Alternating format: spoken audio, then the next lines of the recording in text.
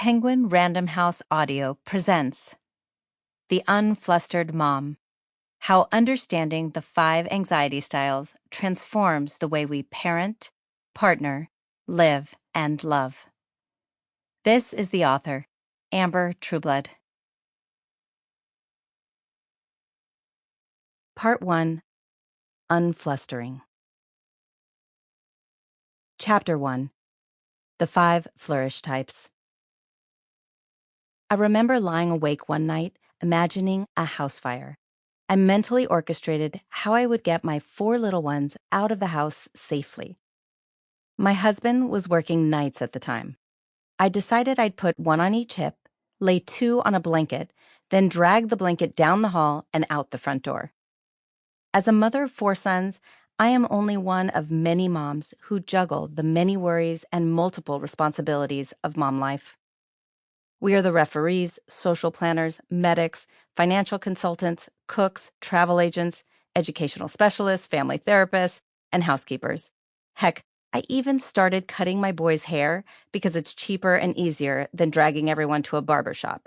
It's all utterly exhausting. Actually, it's not just exhausting. It's a non-stop state of being on 24/7, of tending to, managing, and supporting our children, our partners, our careers, and our households. Oh, and if there's time, we try to take care of our own physical and mental health. And maybe also clean out all the dirty socks stuck behind the washing machine. This nonstop pressure affects our jobs, our parenting, our finances, our relationships, and our emotional well-being. It certainly doesn't make sleep any easier either. I like to use the word flustered for the moms I coach. In the mild version of flustered, we feel tired, resentful, or frustrated. In the extreme version, we feel exhausted, anxious, or angry. The word fluster literally means a state of agitated confusion. It's believed to be of Scandinavian origin because of its similarity to the Icelandic word flauster, meaning hurry, or flaustra, meaning to bustle. When moms hurry and bustle constantly, everyone suffers. Children suffer, relationships suffer, friendships suffer, careers suffer, health suffers, and the ability to find joy and fulfillment in our lives suffers. Most of us don't have access to the support or resources we need to manage our flusterment in a healthier way. Social media platforms like Instagram and Facebook add a nice helping of unrealistic expectations to our guilt and self-judgment. Women end up with symptoms ranging from mom guilt and mommy brain to depression, anxiety, panic attacks, substance abuse, and eating disorders. Moms are more flustered now than ever before. When moms can't manage their frustrations in a healthy way, we argue more with our partners, drink more, eat more, or begin to isolate ourselves. How can we expect moms to raise the next generation of responsible citizens and compassionate leaders when we feel ridiculously overwhelmed and physically exhausted? What follows will offer you insights and practical tools to better manage your daily flusters, dismantle your unhealthy beliefs, and celebrate your supermom powers, because I'm certain you're not giving yourself proper credit for all the places you're killing it. The insights and strategies in this book will allow you to take control of your life fully and confidently. You're going to learn how to release your guilt, wipe away your worries, and smash the anxiety in your life. Get the tools you need to create the life you want and deserve. While we'll always have a reason to feel flustered, we can learn how to prepare, manage, and respond to life's challenges in much healthier ways. That's what you'll learn here if you're ready for it. Anxiety. What is anxiety really? When you're anxious, you imagine the future is bad, that proverbial monsters are just lurking out of view around the next bend. When you're excited, you think the future might be great, that champagne and chocolate truffles are just around the corner. It's all about perception. What do you feel might happen? If it's good stuff, start the confetti and alert the excitement area of your brain. If it's bad stuff, call in the reinforcements and ready your weapons. Our emotional state depends on our interpretation. What do we think might happen next? You've probably heard that many highly successful musicians and performers feel pre-show jitters. Are they anxious or are they excited? Anxiety and excitement look very similar on a physiological level. Seasoned performers typically interpret their feelings as excitement. They don't stand around waiting until they feel calm to go on stage. No, they've learned to think of those butterflies and sweaty palms as excitement rather than nerves. I love entrepreneur and philanthropist Marie Forleo's take on it. She says, "Fear is excitement with the brakes on. It's just energy. Fear can be instructive and directive. It's a guide that'll show you exactly where you have to go." As humans, our attention is naturally drawn to the worst case scenario.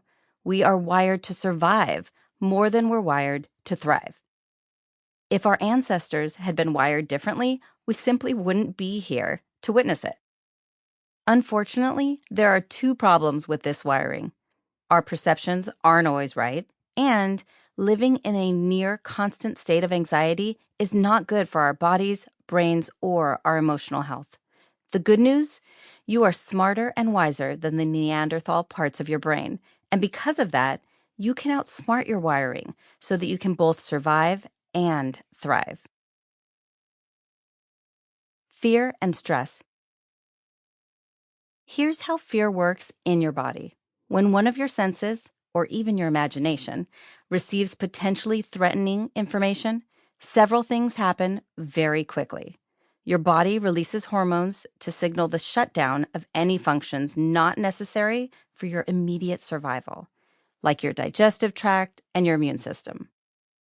Any functions that support immediate survival then become amplified. They go on high alert. Your eyesight and hearing become more acute. Your heart rate increases. Blood rushes to your extremities in case you need to run or fight. You become hyper-focused on the threat or perceived threat, since getting distracted by a pretty butterfly or randomly pondering what to get your mom for her birthday next week just might get you killed. Stress is the modern-day response to these primal fears of perceived threat. And long periods under stressful conditions, like motherhood, for instance, can wreak havoc on us physically and psychologically. Meditation expert and mom Emily Fletcher says, "Stress is a bully. Stress keeps your body and your mind trapped in a place of perpetual unrest, worry, and discontent. It keeps you on edge, feeling nervous, and always looking over your shoulder, exactly like a playground tyrant." Remaining in a stressful state for long periods can cause major damage to your body. In prehistoric days, it was unlikely crocodiles would attack every hour throughout your day, right? One big scare every few days or weeks would probably be enough to get you to move to a different area of the savannah. Your physiology was not designed to endure 24 crocodile attacks a day.